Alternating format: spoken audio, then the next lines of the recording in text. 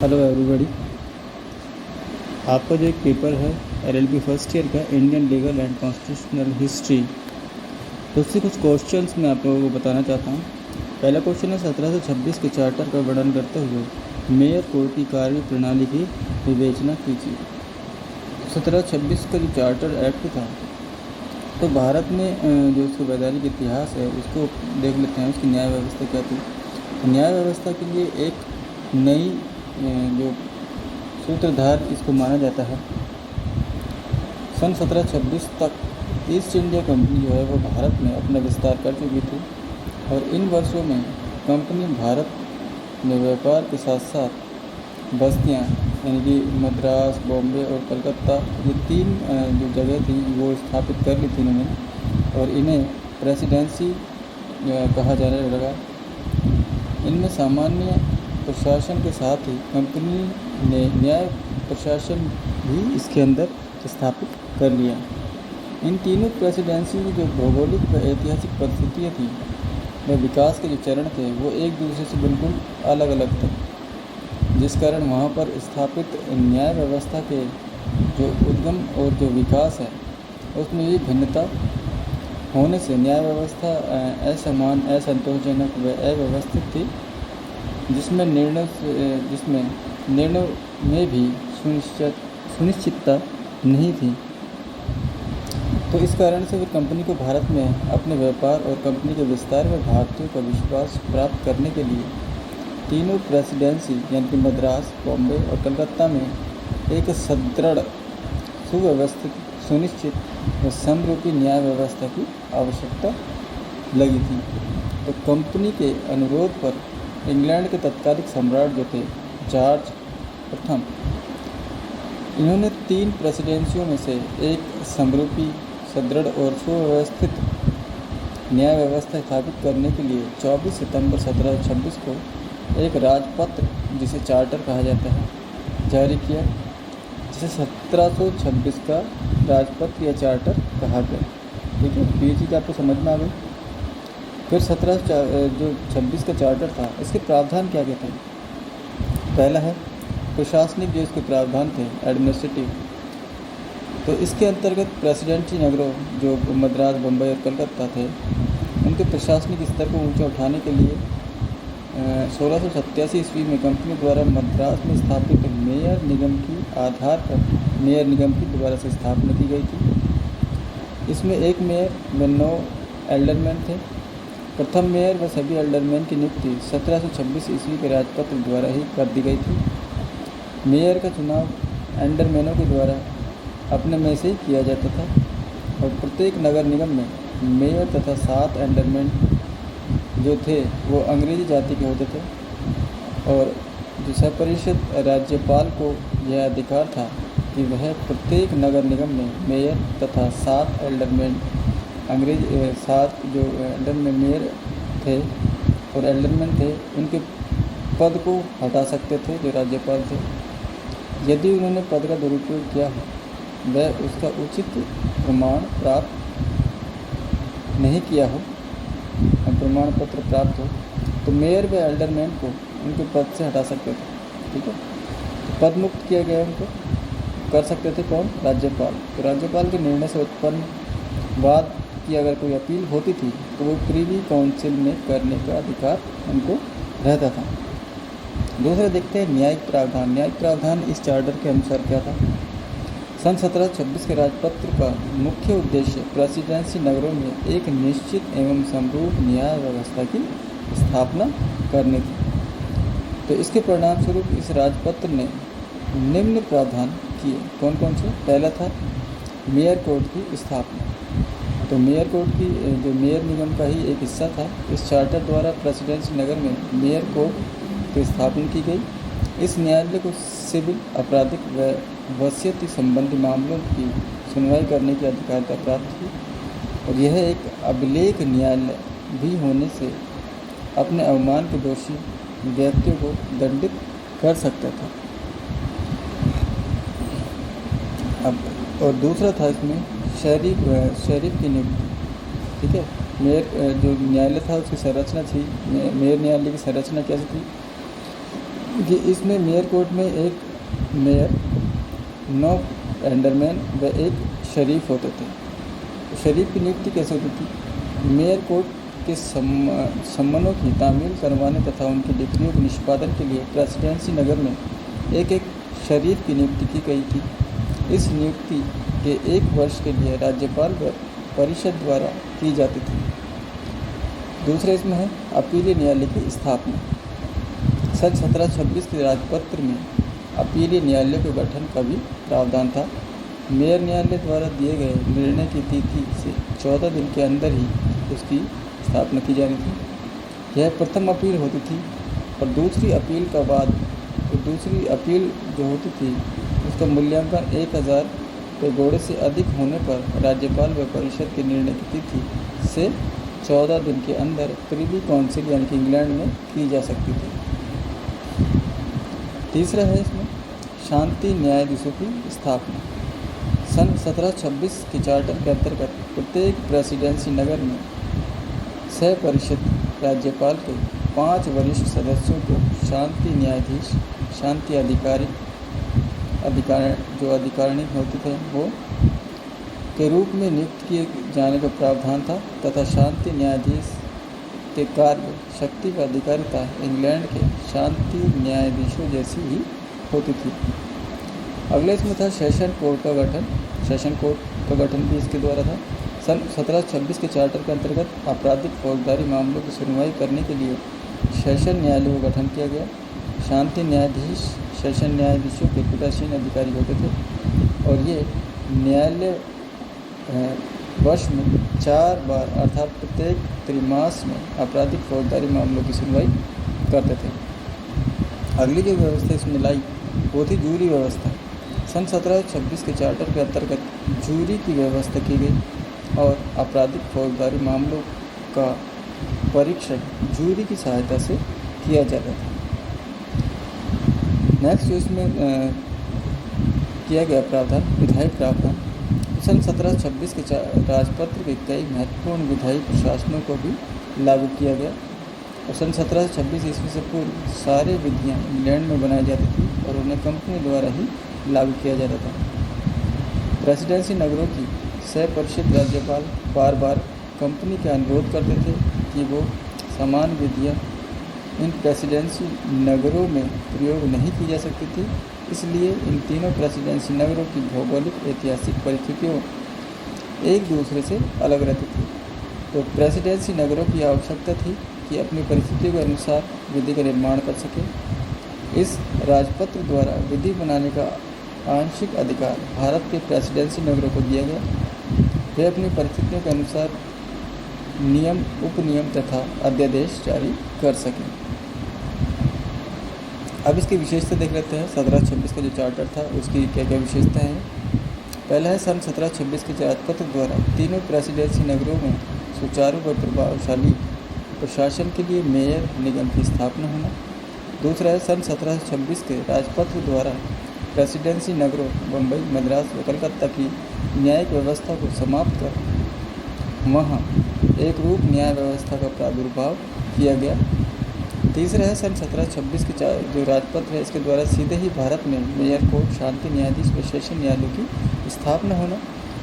चौथा, प्रथम बार 1000 पेगोड़ों से अधिक मूल्य वाले मामलों में इनके विरुद्ध privy council, king in council में अपील किए जाने का प्रावधान होना। और पाँचवा, न्यायपालिका को कार्यपालिका से अलग कर उसे स्वतंत्र एवं निष्पक्ष रूप देना। छठा, भारत में आंगल विधि की स्थापना स्थानीय विधि के रूप में प्रादुर्भाव हुआ, जो एक महत्वपूर्ण उपलब्धि मानी जाती है। और सातवां, पहली बार स्थानीय समस्याओं के निराकरण के लिए सह परिषद या राज्यपाल को नियम, उप विधियाँ एवं अध्यादेश आदि की शक्तियाँ प्रदान की गई थी। अब इस चार्टर के 2 स्टेप थे। पहला है कि इस चार्टर के द्वारा नियुक्त न्यायाधीश सामान्यतः व्यापारी होते थे। न्यायाधीशों के लिए विधि विशेषज्ञ होना आवश्यक नहीं था, जिन्हें विधि का ज्ञान नहीं होने के परिणाम स्वरूप उनमें न्याय की अपेक्षा नहीं की जा सकती थी। दूसरा है कि न्यायपालिका एवं कार्यपालिका के पृथक्करण का एक महत्वपूर्ण दस्तावेज कहा जाता है, लेकिन सामान्यतः ऐसा नहीं था, क्योंकि मेयर कोड के फैसले के विरुद्ध अपीलें सुनने का अधिकार सह-परिषद यानी राज्यपाल को ही था। सह-परिषद राज्यपाल का न्यायालय फौजदारी मामलों की सुनवाई की अधिकारिता भी रखता था। इस प्रकार व्यवस्थापिका एवं कार्यपालिका पूर्ण रूप से न तो पृथक हो पाए और न ही स्वतंत्र हो पाए। तीसरा है, मेयर कोड और सह-परिषद राज्यपाल के सदस्यों के बीच टकराव की स्थिति रहती थी। सह-परिषद राज्यपाल के सदस्य अपने मान और विवेक के अनुसार मामलों को निपटारा करते थे।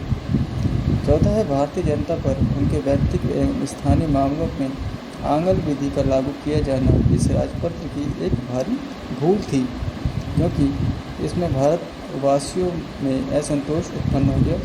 मेयर कोड की न्याय व्यवस्था जो थी, उसको परिलक्षित करने वाले कुछ महत्वपूर्ण मामले अवलोकन योग्य थे, जैसे सकुराम का मामला, दूसरा है तोरियानी का मामला और तीसरा है पगोड़ा शपथ का मामला। ये पहला क्वेश्चन था। अब दूसरा क्वेश्चन देख लेते हैं।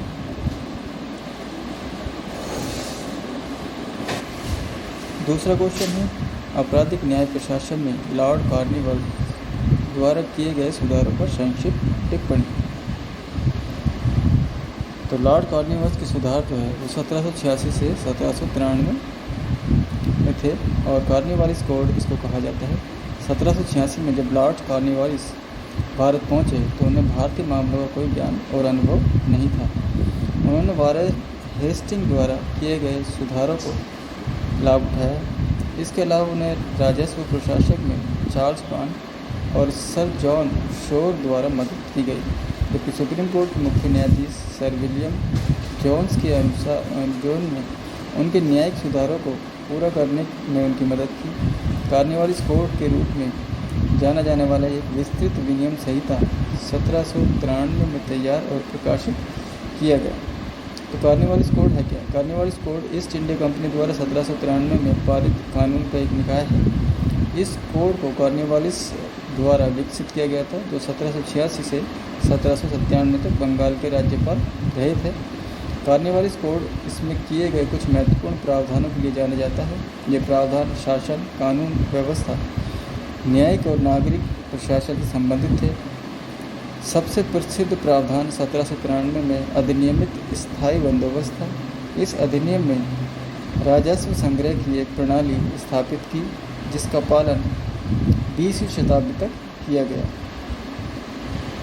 लॉर्ड कॉर्नवालिस द्वारा प्रशासन के विभिन्न क्षेत्रों में सुधार। तो उन्होंने प्रशासन के विभिन्न क्षेत्रों में सुधार किया। कौन कौन सा? पहला है बंगाल में स्थायी बंदोबस्त। तो राजस्व प्रशासन एक जटिल मामला था और लॉर्ड कॉर्नवालिस ने भारत आने के पहले इसके बारे में कोई स्थायी निर्णय नहीं लिया गया था। निदेशकों ने लॉर्ड कॉर्नवालिस को निर्देश दिया कि पिछले कुछ वर्षों के राजस्व रिकॉर्ड का आकलन करने के बाद कुछ वर्षों के लिए जमींदारों के साथ समझौता किया जाना चाहिए, लेकिन निकट भविष्य में इसे स्थायी बनाया जा सकता है। सेवाओं में सुधार किया इन्होंने। रिश्वत और उपहार की स्वीकृति सिविल सेवाओं में भ्रष्टाचार का सबसे खराब रूप था। इसके अलावा कंपनी के नौकरों और रिश्तेदारों के नाम पर निजी व्यापार में कॉर्नवालिस ने ईमानदारी पर ध्यान केंद्रित किया और प्रशासन को चलाने के लिए जो खर्च थे उसको कम करने पर प्रयास किया और प्रशासन से संबंधित कुछ निम्नलिखित सुधार किए। पहला, बंगाल में जिलों की संख्या 25 से घटाकर 23 कर दी। दूसरा, कई अनावश्यक पदों को समाप्त कर दिया। तीसरा, कलेक्टरों को नागरिक न्याय देने के उनके अधिकार से वंचित कर दिया गया था। इसे या तो राजस्व बोर्ड का सिविल न्यायालय को सौंप दिया गया था। सेवाओं में नियुक्ति करते समय कॉर्नवालिस को केवल योग्यता देखने को कहा गया था।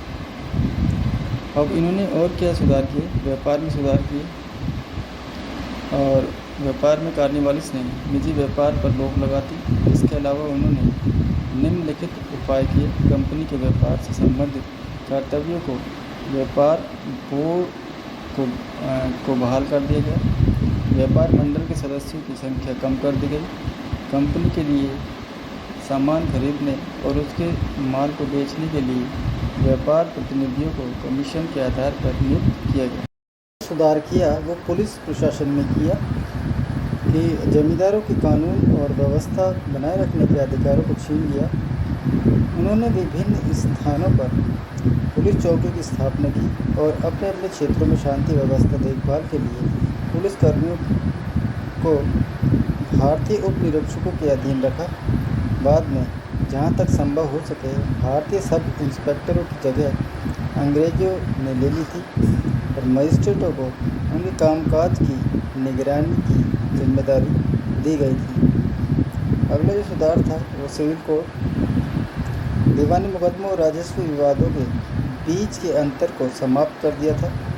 अदालतों का एक नियमित पदानुक्रम गठित किया गया था। संगठन के निचले भाग में मुंसिफों के दरबार थे जो भारतीय अदालतों का एक नियमित अनुक्रम गठित किया गया। भारतीय जो थे इन अदालतों को 50 रुपये से अधिक के विवादों के मामलों का फैसला करने के लिए अधिकृत किया गया था। मुंसिफ की अदालतों के ऊपर भारतीय रजिस्ट्रार की अदालतें थी जो केवल 200 रुपये तक के विवादों से जुड़े मामलों को उठा सकती थी। तब जिला अदालतें थी जो निचली अदालतों की अपीलों को सुनती थी, जिनमें अंग्रेजी न्यायाधीशों ने भारतीय मूल्यांकनकर्ताओं की मदद से विवादों का फैसला किया था। जिला न्यायालयों के ऊपर क्रमशः पटना, ढाका, मुर्शिदाबाद और कलकत्ता में स्थापित 4 प्रांतीय न्यायालय थे। ये अदालतें मूल मामलों को देखती थी और निचली अदालतों की अपीलें भी सुनती थी। इन अदालतों को 3 अंग्रेजी न्यायाधीशों के अधीन रखा गया था, जिन्होंने 3 देशी मूल्यांकनकर्ताओं के साथ मामलों का फैसला किया था। सबसे ऊपर कलकत्ता में सदर दीवानी अदालतें थीं, जिनमें गवर्नर जनरल और उनकी परिषद के सदस्यों द्वारा चीफ काजी, 2 मुफ्ती और 2 पंडितों की सहायता से मामलों का फैसला किया जाता था। इसके अतिरिक्त ब्रिटेन के राजा और उनकी परिषद से भी अपील की जा सकती थी। आपराधिक न्यायालय जो स्थापित हुए थे उस टाइम, उनमें न्याय देने के लिए एक स्थान से दूसरे स्थान पर जाने वाले सर्किट न्यायालयों की स्थापना अंग्रेजी न्यायाधीशों के अधीन जिलों में की गई थी। उनके ऊपर क्रमशः पटना, ढाका, मुर्शिदाबाद, कलकत्ता में 4 प्रांतीय अदालतें स्थापित की गई थी। इन न्यायालयों की अध्यक्षता अंग्रेजी न्यायाधीश करते थे। ये अदालतें सदर निजामत अदालत की पूर्व अनुमति से किसी व्यक्ति को मौत की सज़ा भी दे सकती थी। सदर निजामत अदालत जो थी कलकत्ता में स्थापित की गई थी, जहाँ मामलों का निर्णय गवर्नर जनरल इन काउंसिल द्वारा किया जाता था। यह सर्वोच्च आपराधिक न्यायालय था। हालांकि इसके फैसले के खिलाफ ब्रिटेन के राजा और उनकी परिषद में अपील की जा सकती थी। और चौथा था, इन सभी अदालतों में अंग्रेजी न्यायाधीशों को देशी मूल्यांकनकर्ताओं द्वारा सहायता प्रदान की जाती थी। तो विभिन्न न्यायालयों की स्थापना के अलावा कुछ निम्नलिखित उपाय भी उन्होंने किए थे। यह निर्णय लिया गया कि नागरिक विवादों का निर्णय सामुदायिक कानूनों के अनुसार किया जाएगा, अर्थात हिंदुओं के मामले का निर्णय हिंदू कानूनों द्वारा किया जाएगा, जबकि मुसलमानों के मामलों का निर्णय मुस्लिम कानून द्वारा किया जाएगा। आपराधिक मामलों का फैसला मुस्लिम कानूनों के आधार पर होगा। सरकारी अधिकारियों को उनकी अधिकारिता क्षमता में उनके कार्यों के लिए जिम्मेदार ठहराया गया था और इसलिए उनके खिलाफ उनकी अधिकारिता क्षमता में मामले स्थापित किए जाएं। गवर्नर जनरल काउंसिल को किसी व्यक्ति को दी जाने वाली सज़ा को माफ़ करने या कम करने का अधिकार था। हालांकि क्षमा के लिए अंतिम अपील एक व्यक्ति द्वारा परिषद में ब्रिटिश राजा से भी की जा सकती थी और सुप्रीम कोर्ट को भी वही था। हालांकि इसमें केवल यूरोपीय लोगों से जुड़े मामलों का ही फैसला सुप्रीम कोर्ट में होता था। तो इसमें निष्कर्ष है कि इस प्रकार कॉर्नवालिस ने प्रशासन के विभिन्न क्षेत्रों में सुधार किए। इन सुधारों को काफ़ी हद तक सफल माना गया था और कंपनी की सरकार द्वारा अगले 20 वर्षों तक इन्हें बदलने का कोई प्रयास नहीं किया गया। हालांकि लॉर्ड कॉर्नवालिस सुधारों में कोई अन्वेषक नहीं थे। कुछ मामलों में उन्होंने कोर्ट ऑफ डायरेक्टर्स के निर्देशों का पालन किया और कुछ अन्य मामले में जिन्हें वॉरेन हेस्टिंग्स द्वारा किए गए उपायों से लाभ प्राप्त हुआ। तो ये सेकंड क्वेश्चन था इसका। अब इसका एक और क्वेश्चन देख लेते हैं, थर्ड क्वेश्चन। वॉरेन जो हेस्टिंग थे उनकी 1772 की न्यायिक योजना की विवेचना कीजिए और 1774 के सुधारों ने 1772 की योजना को कहाँ तक सुधार किया, ये आपका क्वेश्चन है थर्ड वाला। इसको देख लेते हैं। वॉरेन हेस्टिंग की प्रशासनिक व्यवस्था मुगल साम्राज्य के अंध पतन के साथ ही इसकी न्याय प्रणाली का अंत हो गया और काजियों के न्यायालय के स्थान पर जमींदारों के न्यायालय की व्यवस्था हुई तथा दीवानी, फौजदारी, राजस्व संबंधी सभी मामलों पर जमींदार इसको अधिकारिता प्राप्त हुई। परंतु इसका दुष्परिणाम यह हुआ कि वे अपने क्षेत्र में स्वयं को सर्वेसर्वा मानने लगे तथा अपनी अधिकार जो शक्ति थी उसका दुरुपयोग निजी हितों के लिए करने लगे, क्योंकि मुर्शिदाबाद स्थित मुख्य न्यायालय प्रांत के आंतरिक भागों में कार्यरत जमींदारों को अपने नियंत्रण में रखने में वो असमर्थ रहे और जमींदारों द्वारा विवादियों से वाद के शुल्क के रूप में ऊंची धनराशि वसूल की जाती थी। इन्हीं कारणों से मुगलों के शासन के पतन के पश्चात न्याय प्रशासन में शिथिलता आ गई थी। तो वॉरेन हेस्टिंग की सन 1772 की न्यायिक योजना 59 कर्मचारी प्राय देशी भारतीयों पर अत्याचार करते थे। अंग्रेजों द्वारा नियुक्त भारतीय अभिकर्ता जो एजेंट थे न्यायालयों का संचालन करते थे तथा वे न्यायाधीश का भी कार्य करते थे। तो न्याय क्षेत्र में भ्रष्टाचार व्याप्त हो गया था। सन 1772 में बंगाल के गवर्नर का कार्यभार संभालते हुए वॉरेन हेस्टिंग ने अपना ध्यान प्रांत की प्रशासनिक तथा न्याय व्यवस्था में सुधार करने की ओर लगाया। इस हेतु उसने स्वयं एक न्यायिक योजना तैयार की जिसके अंतर्गत क्लाइव द्वारा लागू की गई दोहरी शासन पद्धति समाप्त कर दी। इसके परिणाम स्वरूप कठपुतली के समान नवाब को प्रशासनिक दायित्व से पूर्णतः मुक्त कर दिया गया तथा इसका वार्षिक भत्ता घटाकर 16 लाख रुपए रखा गया। हेस्टिंग ने कलकत्ता में बैंक ऑफ कलकत्ता की स्थापना की। अब देखते हैं हेस्टिंग्स की न्यायिक योजना क्या रही 1772 में। तो वॉरेन हेस्टिंग ने बंगाल, बिहार तथा उड़ीसा की सामान्य प्रशासनिक व्यवस्था को सुधार की दृष्टि से अपनी परिषद यानी गवर्नर एंड काउंसिल में 10 मई सन 1772 में अनेक महत्वपूर्ण निर्णय लिए। उसने गवर्नर की हैसियत से अपने परिषद के 4 सदस्य सहित एक समिति गठित की गई जो कमेटी ऑफ सर्किट कहलाई। इस समिति ने बंगाल प्रांत के मुख्य जिलों की प्रशासनिक व्यवस्था का अध्ययन करने के पश्चात एक न्यायिक योजना तैयार की। इस योजना का उद्देश्य प्रजा को राहत दिलाना तथा प्रशासनिक व्यवस्था को संतोषजनक बनाना था। इस योजना में 37 विनियम बनाए गए थे जिनमें कोर्ट विलियम स्थित सह परिषद राज्यपाल द्वारा 21 अगस्त सन 1772 में लागू किया गया। तो न्यायिक योजना के अनुसार बंगाल, बिहार, उड़ीसा के प्रदेशों के लिए निम्नलिखित न्यायालयों की व्यवस्था की गई थी। बंगाल, बिहार, उड़ीसा के समस्त क्षेत्र को प्रशासनिक इकाइयों में विभक्त कर दिया गया था जिनसे प्रत्येक को जिला कहा गया। प्रत्येक जिले के लिए कंपनी का एक अंग्रेजी अधिकारी नियुक्त किया गया जो कलेक्टर कहलाता था। प्रत्येक जिले के लिए 2 प्रकार की अदालतें स्थापित की गई थी। कौन कौन सी? पहली थी मोफिसिल दीवानी अदालत, दीवानी न्याय।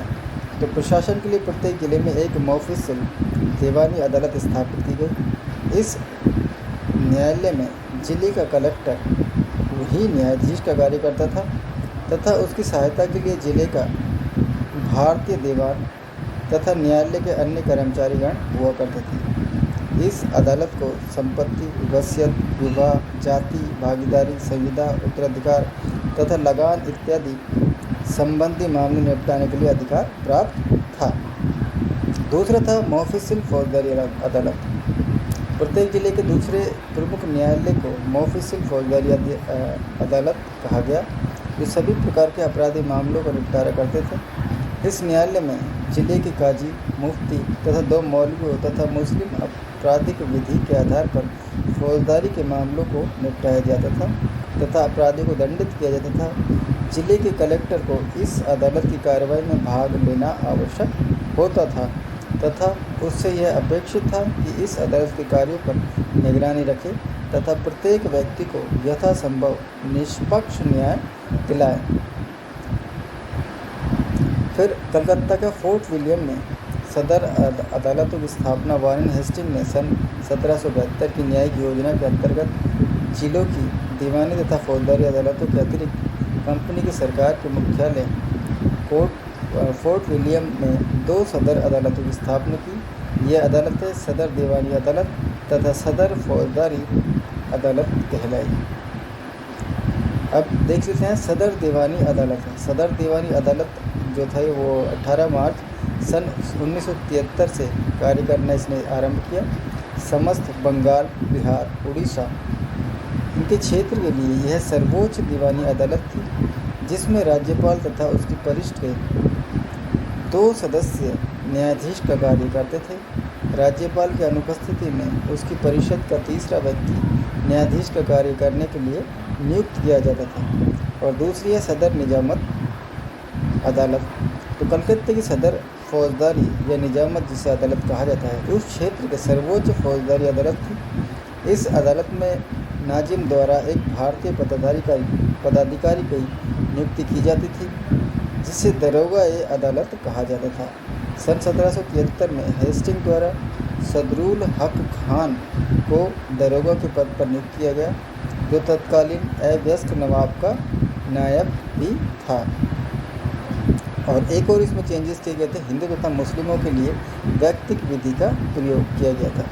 तो वारेन हेस्टिंग ने सन 1772 की न्यायिक योजना के अंतर्गत स्थापित दीवानी अदालतों में उत्तराधिकार, दाय भाग, जाति, धर्म तथा विवाह संबंधी आदि का आधारित सभी वादों को हिंदुओं के लिए शास्त्र तथा मुस्लिमों के लिए कुरान के अनुसार निपटाए जाने की व्यवस्था की थी। ये 1772 का जो इसकी योजना थी। अब 1774 की न्यायिक योजना जो थी, जिसमें इसमें चेंज हुए, क्या क्या चीज़ इसमें थी वो देख लेते हैं। सन 1774 की न्यायिक योजना के अंतर्गत बंगाल, बिहार तथा उड़ीसा के समस्त भू प्रदेश को 6 प्रांतों में विभक्त किया गया, जिनके मुख्य कार्यालय क्रमशः कलकत्ता, बर्धमान, मुर्शिदाबाद, दिनाजपुर, ढाका तथा पटना में थे। कलकत्ते को छोड़कर शेष 5 जगह एक एक प्रांतीय परिषद स्थापित की गई, जिसे प्रांतीय न्यायालय भी कहा गया। प्रत्येक प्रांतीय परिषद में ब्रिटिश कंपनी की संविदाबद्ध कर्मचारी नियुक्त किए गए। कलकत्ता में एक राजस्व मंडल की भी स्थापना की गई। इन सभी परिषदों तथा कलकत्ता के राजस्व मंडल का कार्य अपने क्षेत्र के भू राजस्व की वसूली करना रहता था।